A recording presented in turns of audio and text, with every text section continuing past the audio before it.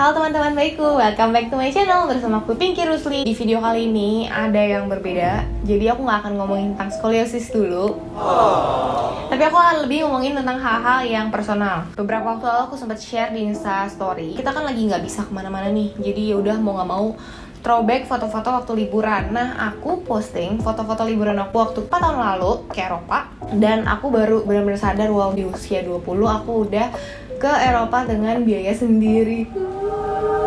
Yang selama ini aku gak sadar, wow, itu lumayan achievement yang lumayan bisa dibanggakan lah ya. Gak minta uang orang tua sama sekali. Dari situ mulai banyak teman-teman nih yang nanya, gimana Ci caranya biar bisa ke Eropa pakai uang sendiri? Terus udah gitu, Ci sharing bisnis dong, dikasih tahu dong gimana cara buka all shop. Mungkin nanti akan ada 2 part. Yang pertama aku ceritain dulu dari aku lulus SMA sampai kuliah sampai bisa ke Eropa ini pakai uang dari mana? Apakah aku ngepet? Apakah aku jual ginjal? Apakah aku sugar daddy? Karena biaya ke Eropa waktu itu lumayan mahal untuk anak umur 20 tahun dan nggak minta uang orang tua sama sekali. Nah itu gimana caranya? Nanti kita akan bahas ya. Jadi kita mulai aja. Jadi ceritanya 4 tahun lalu itu, di tahun 2016, aku ikut kegiatan yang namanya World Youth Day. Itu adalah youth meeting atau pertemuan orang muda Katolik di seluruh dunia yang emang diadain tiap 2 tahun sekali. Nah, aku ikut itu waktu 2016 itu di Krakow, di Polandia. Dan itu kegiatannya selama 2 minggu. Itu tuh bukan exchange yang kalian bisa daftar terus dapat gratis gitu sih, enggak. Jadi ini memang daftar atas kemauan sendiri aja, terus bayar juga gitu daftarnya gitu.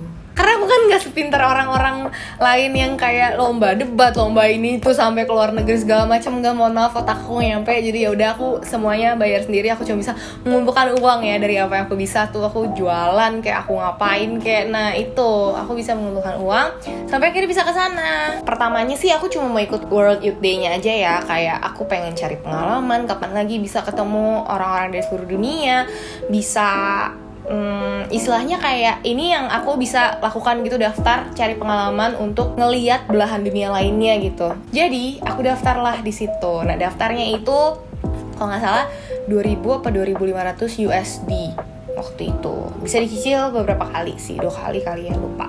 Intinya tetap bayar ke Polandianya aja hampir 30 juta pada saat itu. Udah gitu itu cuma 2 minggu aja sih, dan semua-muanya udah diurusin gitu, yang kayak tinggal sama host parent. Jadi tipenya tuh kayak yang live in gitu. Kalian live in cuma tuh di negara yang bagus, di keluarga yang bagus, di keluarga bule-bule gitu ya. Terus ada anak-anaknya yang lucu-lucu, cakep-cakep ya kayak gitu. Jadi kalian live in di negara orang, ikut keluarga negara orang gitu. Wah itu pengalaman yang menurut aku luar biasa sih. Kangen. Terus aku mikir, mumpung udah di Eropa nih, yaudah sekalian aja. Akhirnya aku memutuskan untuk extend ke negara lain, kayak ke Prancis, ke Italia juga. Dan kita liburan ini bukan yang mewah-mewah gitu, enggak, sama sekali enggak. Jadi kita memang kayak backpackan lah. Aku sih bawa koper sendiri ya karena skoliosis. Bukan liburan yang mewah, tapi yang emang on budget. Aku nggak kebayang aku bisa kesana dan bisa kayak gila, di umur segini bisa membiayai sendiri gitu. Wow. Kalau inget lagi, aku tuh seriously udah lupa. Padahal aku happy banget. Tapi sekarang kayak udah lupa banget kalau aku tuh pernah kesana gitu loh. Saking banyak yang diurusin setelah skoliosis ini. Terus pas buka-buka lagi aku jadi kayak kangen banget. Banyak hal yang bisa dilakukan despite dari kelemahan aku sebagai skolioser nih, tulang miring dan lain sebagainya. Aku bener-bener niat untuk cari pengalaman, pengen ikut World Youth Day ini meskipun harus jalan kaki lama banget setiap hari dan pegel-pegel juga selama trip, tapi karena emang udah kepengen banget ya mau gimana gitu. Ini ngalor ngidul ya, mohon maaf by the way. Jadi tadi kan tahu dulu tuh aku pergi dalam rangka World Youth Day, habis itu extend liburan, dan aku menghabiskan biaya kurang lebih kalau di total sama uang makan, sama oleh-oleh, sama semua-muanya lah ya, sama sampai extend juga, itu kurang lebih hampir 50 sih. Dan untuk anak umur 20 tahunan ya, tahun ketiga kuliah, uang segitu menurut aku kayak wah mahal banget ya. Itu juga masih 1/5-nya doang dari biaya operasi skoliosis ya. Jadi kayak ya kalau operasi skoliosis kan sampai 250 juta ya, ini 1/5-nya lah gitu buat jalan-jalan ke Eropa. Meskipun ngeluarinnya setengah sayang, ya udahlah, karena happy kok, kalian dapat pengalaman yang nggak bisa kalian dapetin di mana-mana gitu. Dan untungnya abis itu aku nggak harus nabung karena ada BPJS. Kalau nggak aku nabung lagi dari nol ngumpulin 250 juta gimana caranya? Pusing langsung. Sekarang pertanyaannya, dari mana ngumpulin duitnya? Apakah ada sugar daddy? Tidak ada teman-teman. Jadi aku tuh ngumpulinnya tuh pure nabung. Nabungnya berapa lama? 2 tahunan kayaknya deh. Pokoknya dari semester 3 itu baru aku yang kayak mutusin, oke, gue mau ke Eropa gitu. Dari tahun 2014-nya itu loh. 2013-2014 lah intinya gitu. Gimana caranya? Ada 3. Ini 3. Yang pertama itu, aku itu lulus dari SMA itu memang udah langsung cari-cari kerja sambilan. Kan kalau kalian lulus SMA atau SMK gitu ada jeda waktu 2 bulanan lebih untuk libur sebelum masuk kuliahnya. Nah itu aku pakai buat kerja sambilan.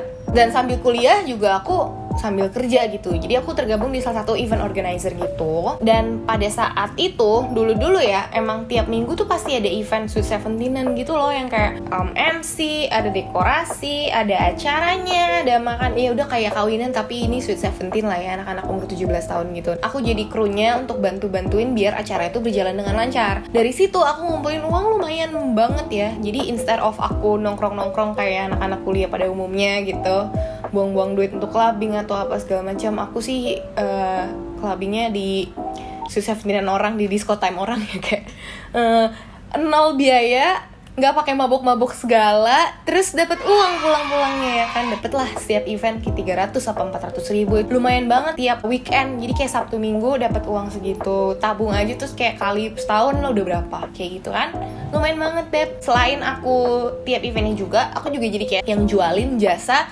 CEO-nya ini. Jadi aku dapat uang juga dari situ tiap ada klien masuk, karena aku dapat uang juga dari situ. Intinya emang udah jualan dari dulu, gengs. Kenapa mau? Karena mungkin kepepet. Karena aku bukan dari lahir udah kayak gitu, enggak. Kalau kalian emang deket sama aku atau kalian bisa tanya teman-teman sekolah aku bukan orang yang fancy atau gimana. Aku biasa selalu nebeng pulang sekolah nebeng, kemana-mana nebeng, intinya kayak gitu. Orangnya irit dan hemat karena memang uang saku nggak seberapa gitu, bukan dari keluarga yang gimana-gimana, keluarganya sangat sederhana. Nah berangkat dari situ aku punya keinginan yang kayak, wow, aku harus bisa membuktikan kepada orang-orang bahwa aku bisa gitu. Apa sih Pinky? The power of kepepet, karena keadaan juga. Jadi mau gak mau harus kerja sambilan meskipun masih kuliah, masih sekolah kayak gitu loh. Nah menurut aku ini bagus juga buat teman-teman mumpung masih muda ya. Kalau menurut aku nggak ada salahnya cari kegiatan di luar sekolah, banyak-banyakin kayak bikin konten, bikin karya apapun itu yang bisa kalian jual gitu, atau kayak jadi reseller kayak atau apapun. Pokoknya lakukanlah apapun yang memang menghasilkan dari usia muda gitu loh. Itu yang aku lakukan. Siapa tahu bisa kayak Rova juga.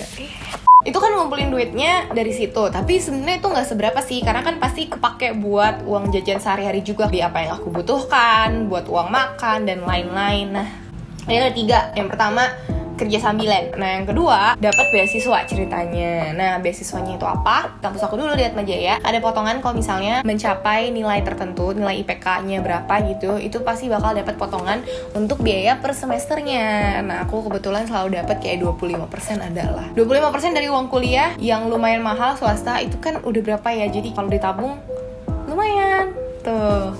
Dan nggak di situ aja, aku juga sempet cari-cari beasiswa perusahaan-perusahaan gitu. Selama kuliah itu harus banget cari tahu perusahaan apa yang memang ngasih beasiswa ke mahasiswa-mahasiswa berprestasi gitu. Nggak berprestasi dalam bidang akademis doang loh, kayak kalau kalian punya talent apapun, biasanya mereka juga consider itu. Aku iseng aja apply pada saat itu pas buka itu Astra International, jadi namanya program Astra First. Aku ikut di sana dan puji Tuhan dapet. 1 tahun itu aku dapet kayak tabungan pendidikan. Gimana bisa dapetin itu? Coba aja sih. Aku juga nggak yakin pada saat itu aku dapet, karena banyak banget saingannya, banyak banget yang lebih canggih dari aku. Even saingan dari fakultas sendiri juga banyak banget. Aku tuh istilahnya kayak anak bawang yang bukan siapa-siapa, tapi ternyata kepilih dari sekian banyak orang gitu. Aku juga nggak tahu apa yang mereka lihat dari aku sih. Jadi kayak ya coba aja lah ya. Kalian tuh nggak bakal tahu akan membawa kalian kemana gitu loh. Jadi coba aja. Tiap perusahaan yang ngasih beda-beda. Ada yang tiap bulan ngasih kayak uang saku lah ya, uang pendidikan gitu istilahnya. Waktu itu aku dapat kayak per semester kalau nggak salah. Dan itu uangnya aku tabung dan aku jadikan modal untuk ke Eropa gitu. Jadi itu udahlah, karena aku dapat beasiswa itu, akhirnya nekat aja, ya udah nih gue ada uang segini, terus ada uang tabungan dari hasil kerja segini. Oke, DP. DP untuk bayar World Youth Day. Jeng nekat kan, padahal waktu itu kayak setengahnya tuh nggak tahu uangnya dari mana, tapi aku kayak ya udahlah, aku pasti bisa, yakin. The power of kepepet. Sebenarnya aku juga percaya sih, apapun yang kalian pengen dengan sungguh-sungguh banget ya, dan kalian usahakan juga, itu one day pasti bisa jadi kenyataan sih. Bener, serius. Aku pernah sharing tentang hal ini di TEDx Talks aku, ada nanti linknya aku tulis. Nah, aku tuh sempat nulis hal yang aku pengenin dari aku kecil, aku catat apapun. Aku menemukan 11 hal yang menjadi kenyataan gitu. Aku mau jalan-jalan kemana, aku mau pergi kemana, jadi kenyataan. Aku mau jadi apa bahkan gitu. Aku sempat nulis aku mau punya butik ceritanya, gedenya punya clothing line sendiri. Jadi apapun yang kalian inginkan, sebenarnya nggak apa-apa sih bermimpilah selama kalian bisa bermimpi. Anjay. Tapi jangan cuma dimimpiin doang gitu. Tetap harus diusahakan dan dilaksanakan, dikerjain tuh apa yang kalian bisa lakukan untuk mencapai mimpi tersebut. Gitu. Kita masuk ke yang ketiga nih. Tahap terakhir dimana aku udah DP tapi masih belum kekumpul semua uangnya. Apa yang aku lakukan? Jadi tadi kan aku sempat cerita tuh, aku pernah nulis waktu masih kecil aku pengen punya butik dan akhirnya aku punya clothing line sendiri. Nah dari situ, jadi yang ketiga adalah biaya dari mana? Dari Magdalene. Aku bener-bener mulai jualan online itu berawal dari keinginan aku untuk berangkat ke Eropa ini. Jadi aku gak pernah kepikiran sebelumnya clothing line aku ini justru bisa menghidupi aku. Dari aku lulus kuliah udah 2 tahunan lebih sampai sekarang, itu aku benar-benar nggak nyangka sama sekali sih, karena awalnya memang dari keinginan kecil aku pengen ngumpulin uang tambahan buat bisa pergi ke Eropa ini. Kalau misalnya diingat, I'm very grateful and humbled for that gitu. Serius guys, ketika ada keinginan pasti ada jalan. Ini aku nggak promoin Gojek ya, tapi bener kalau kalian ada keinginan pasti ada jalan. Terus ceritanya gimana? Nah ini juga nyambung sama pertanyaan lain terkait dengan gimana awal punya Magdalene gitu. Awal mulanya adalah ini, aku pengen banget ke Eropa, aku gak punya uang, aku cari tahu gimana caranya buat ngumpulin uang sebisa aku. Dan yang bisa aku lakukan pada saat itu adalah ya udah start dari jualan online. Jujur banget, awalnya aku tuh bener-bener takut mau jualan karena malu, beneran. Kalau sekarang kan jualan online tuh udah kayak ya udah jualan aja, orang malah bangga gitu ketika punya online shop, dipromosikan bla bla bla. Tapi pada saat aku dulu kayak 5 tahunan yang lalu itu tuh kayak udah mulai, cuman untuk memulai itu rasanya tuh ada sungkan gitu loh, takut dinilai orang, ntar gimana dia jualan, ntar malah dijauhin atau apa. Serius ada stigma seperti itu. Jadi aku pada saat itu udah ada desire untuk pengen jualan gitu, cuman belum pernah aku lakukan karena ada perasaan takut itu. Sampai akhirnya aku ngeliat satu teman baik aku sampai sekarang di kampus waktu itu, dia udah mulai jualan casing secara online dan itu lumayan banget penghasilannya gitu. Dari situ aku mulai mikir, kenapa aku harus malu dengan jualan, toh aku nggak nyolong, toh aku nggak ngerugiin siapapun gitu. Ya lu mau beli dari gue ya udah, kalau enggak ya udah gitu. Dengan dasar itulah akhirnya aku memberanikan diri untuk buka online shop dengan modal yang sangat minim. Dan aku mulai dari yang aku pengen aja sih, karena aku dulu senang banget gonta-ganti baju gitu, senang banget belanja outfit yang lucu-lucu dan murah-murah gitu. Cuma modal nggak nyampe 500.000. Aku beli beberapa baju yang lucu, aku fotonya juga di kampus, di tangga kampus, dan di kampus. Udah aku mulai pasarin dari situ, maksudnya mulai upload Instagram dari situ. Jadi kayak wow, mulainya memang bener-bener seadanya. Nih aku punya quote bagus, start wherever you are, use whatever you have, and do whatever you can gitu. Jadi mulai aja dengan hal-hal yang kamu punya, meskipun kamu belum jadi apa-apa, kamu mau mulai ya udah. Memang semua orang yang ada di posisi yang sekarang kalian idolakan itu mereka juga mulainya dari titik mereka bukan siapa-siapa gitu. Jadi serius deh, mulai aja dulu ya. Tokopedia tadi Gojek, sekarang gue kayak harus dibayar. Serius deh, mulai aja dulu dari apa yang kalian punya, apa yang kalian bisa lakukan. Gak peduli di titik apapun kalian pada saat itu, have courage to start. prosesnya juga nggak instan. Untuk dapat penghasilan tambahan itu aku butuh waktu kayak berbulan-bulan sampai kayak hampir setahun dulu jalan baru bisa ikut World Youth Day itu. Karena aku memang mulainya si Magdalene ini tahun 2015, aku ingat banget 2015 akhir, dan aku ikut World Youth Day itu bulan Juli Agustus 2016. Jadi kan waktunya tuh kayak ada almost a year untuk aku kayak mulai jualan, mulai menghasilkan, mulai bisa dapat uang tambahan. Terjawab ya, udah ya. Meskipun belibet-belibet nih videonya, mohon maaf banget. Aku sejujurnya aku nggak pede untuk ceritain ini karena takut kayak orang-orang pada ngomong apapun. Dan emang aku orangnya agak-agak awkward gini loh. Jadi kalau ngomong di depan kalian juga gitu. Asli juga begini orangnya, nggak dibuat-buat, nggak ada. Ada juga yang nanya gimana bisa ikut World Youth Day. Tadi kayak aku udah jawab juga deh tuh. Daftar. Serius deh, cari tahu aja. Karena tuh informasi udah banyak banget seliweran di mana-mana. Tinggal pinter-pinter aja kalian pilah dan pilih. Kalau World Youth Day kan emang keagamaan kan, khusus Katolik buat ketemu Paus waktu itu kan. Ketemu Pope Francis. Aku ketemu sama Papa Francisco dari jauh. Sekarang aku jawabin pertanyaan yang sebenarnya tadi udah aku jawab ya. How do you manage to have income sambil kuliah? Dan gimana cara bagi waktunya? Ini pertanyaan yang sangat sulit sih. Kalau gimana cara dapat income-nya, tadi aku udah ceritain tuh. Udah cari kerjaan sambilan, weekend jangan dipakai buat nongkrong-nongkrong doang, tapi buat cari kegiatan positif yang bisa menghasilkan. Kalau memang nggak ada, yaudah bikin karya apapun, jual gitu. Kalian bisa gambarlah terus jual. Kalian bisa bikin prakarya apapun, bikinlah terus jual gitu. Atau sekarang udah banyak website yang berguna banget buat kalian kalau mau nyari pekerjaan tambahan. Nanti aku kasih tau nih, ada ini apa lagi ya, pokoknya nanti aku attach deh ya. Kalian habis ini ke tab sebelah, terus googling, terus cari tahu deh tuh mana yang bisa kalian kerjain. Mantul nggak? Terus pertanyaan gimana bagi waktunya? Sejujurnya aku juga bingung sih gimana aku bisa melewati itu semua. Sumpah dulu tuh aku kuliahnya itu jurusan psikologi, dimana banyak banget paper yang harus dikerjain baik secara individu maupun kelompok. Dan itu benar-benar menyita waktu banget. Gak gampang banget untuk bagi waktu antara tugas kuliah dan harus kerja di weekend. Terus udah gitu ada jualan pula Magdalene. Jadi kayak aku bingung juga ya.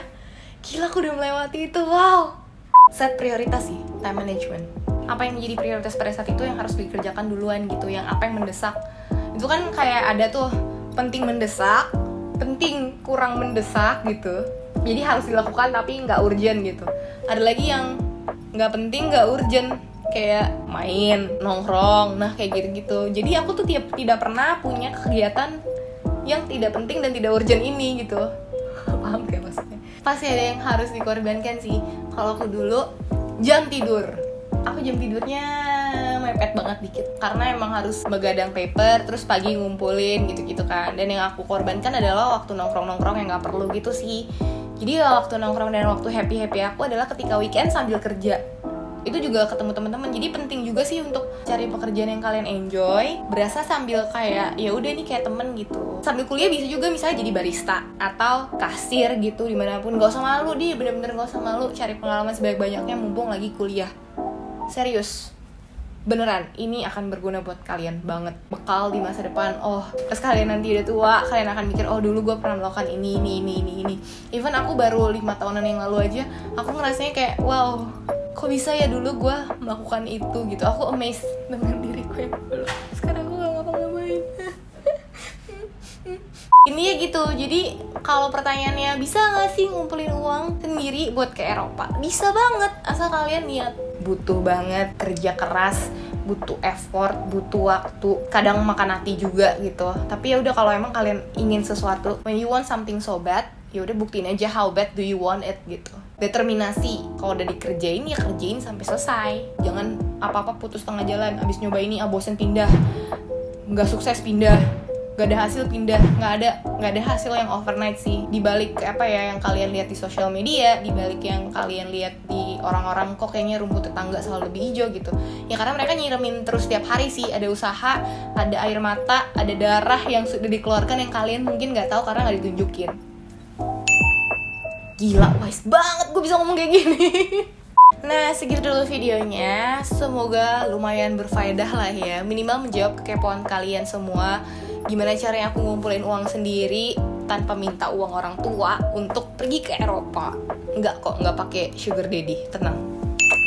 Nah, next videonya aku akan bahas lebih mendalam lagi tentang fashion bisnis aku, tentang online shop yang aku jalanin, karena kemarin juga udah lumayan banyak yang nanyain di question box aku. Terus untuk nextnya lagi nih, kalau kalian pengen lihat aku bikin video-video lainnya, please banget komen di bawah. Kalian pengen lihat aku bikin video apa lagi selain skoliosis? Kalau tentang skoliosis juga boleh, please komen aja di bawah. Nanti akan aku usahain bikin. Segitu dulu deh. Stay safe teman-teman semuanya. Kita udah sebulanan lebih di rumah aja, dan sekarang malah lebih parah lagi memasuki PSBB. Aku juga mau ngucapin selamat menunaikan ibadah puasa buat teman-teman yang menjalankan. Tetap semangat. Ini semua akan berlalu. Sambil cari tahu mimpi kita apa, pengen ngapain nanti setelah si pandemi ini selesai. Terus juga apa yang bisa kita lakukan untuk menghasilkan mendapatkan penghasilan tambahan meskipun di rumah aja. Gatel sumpah. Bye bye. Nggak salam skoliosis karena bukan video skoliosis. Dadah.